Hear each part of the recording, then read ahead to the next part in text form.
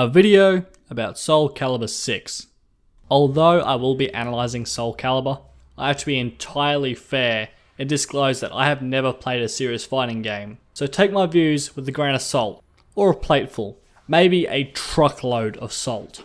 Anyway, to get to the point, I'll be sharing my thoughts on Soul Calibur VI like I normally would, but a fan of fighting games would give you a much better idea of how good this game is compared to other fighting games, so I can't honestly call this a review. Soul Calibur VI came out in October 2018. It has a variety of characters with a special appearance from Geralt from The Witcher 3. Each character has a fighting style specifically made for them with specific skills. For example, scantily clad dominatrix here is really good at stabbing you in the balls from 10 feet away with a magic yo-yo sword. I can hear the thunder of flak guns already. This is gonna be a rough one, boys. Let's start with the controls. Soul Calibur has 3 primary attacks, 3 specialized attacks, block, and a super move. Your primary attacks are a horizontal slash or strike, a vertical slash or strike, and a kick. Each attack can be low, medium, or high, with a different attack depending on which direction. Your 3 specialized attacks are a grapple, you throw your enemy around like a fucking punching bag, a defense break, basically you hit your enemy really hard and it breaks their block, and a counter, which is a block with a maximum of 2 seconds, and then a strike, which when timed correctly, can be devastating.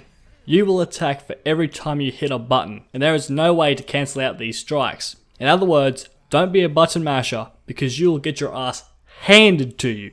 If you can't work out what a block and a super move is, then this game isn't for you. Go get yourself some crayons, a colouring book, and try to stay between the lines. There is a decent level of depth to the combat when it comes to combos, timing, and even just mastering the attacks. There's 21 characters for you to master, not including DLC. Depending on your character, your attacks will be weak, strong, fast, or slow, and even your custom character will get advantages or disadvantages from body type. Like diabetes. After a while, I noticed that when striking, your character won't move forward until they finish their attack animation, which can feel a bit stiff, especially if you aren't going for a combo or consecutive strikes, which takes away that feeling of momentum. I will, however, say, when you can perfectly chain together a group of attacks and are juggling your enemy, it's extremely satisfying. Now on the topic of juggling, and this has nothing to do with Ivy's tits, I feel like that would come with a combo package with a ball gag, cuffs, and a whip anyway. No, we're talking about keeping your enemy airborne or when your scrub ass is in the air flailing. You can use the directional pad and the block button to dodge out of a combo so you can land safely and have a chance at countering. This same skill applies when your character is knocked down or stunned. On the ground, with the correctly timed movement or block, you can roll your character out of danger's way and attack. I couldn't do this outside the tutorial, even if I snorted a pound of cocaine with the local pimp putting a gun to the back of my head. You might think that's a strange comment. You obviously haven't seen my Killing Floor 2 video. No one plays casual multiplayer, and the only players I could find were in ranked American servers, so I had my scrub ass handed to me in a 3-course meal. On the bright side, this does mean if you're an American player, you still have plenty of people playing the game online. However, if you're Australian, you are fucked. That being said, there's enough difficulty in the bots to keep the game interesting.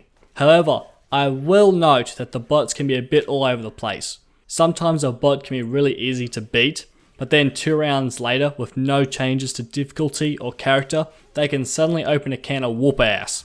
This only seems to happen after a winning streak, so it could be a mechanic to get players to challenge themselves, but it wasn't consistent, so it's just speculation at this point.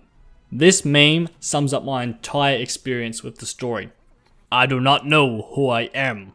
I do not know why I am here. All I know is that I must kill. I came here to cut a bitch, not read your fucking graphic novel. And I don't care about your fucking wife either, you fucking weebs. Now in all fairness, it is good that the creators have made a story for you to play through, but as someone new to the series, I didn't have a reason to be invested into the story, which will basically become, we all need to kill this disgusting night looking motherfucker, and I was streaming while playing, so I didn't want to bore viewers with pages of text. I might go back and play the story, but it has minimal impact on your fun. Project Soul maximised character creation potential, but they never asked, should they maximize its potential. Because I spent far too much time in the character creation kit and doing dumb shit like making Donald Trump fight an illegal immigrant, Alex Jones fight a gay reptilian overlord, feminism, and the mainstream media. Streaming these creations and just constantly cracking jokes had my sides hurting from laughter. Now you don't need to be this ridiculous and controversial, but there is definitely a lot of creative liberty that you can have here. And as was seen at the launch, players have created not only memes, but famous characters like Donkey Kong. Basically, when you create a character, you choose a weapon / moveset of a Soul Calibur character. Then you can choose body type and features. Then finally, your clothing, which has every bit of clothing from the characters and a few extras. If you choose to play the standard characters, you've made a huge fucking mistake. I know this review has been pretty short and not that informative, but the game's pretty simplistic. There wasn't all that much to delve into. This is a really fun game with plenty of room for improvement in your own skills, and with a friend, you can make some really goofy creations. If this is half price and you want a fighting game, I recommend it. But to me personally, I don't think it's worth full price. Partly because its multiplayer is dead, and I don't think it's got as much content as games like Dark Souls, GTA, and Borderlands 2.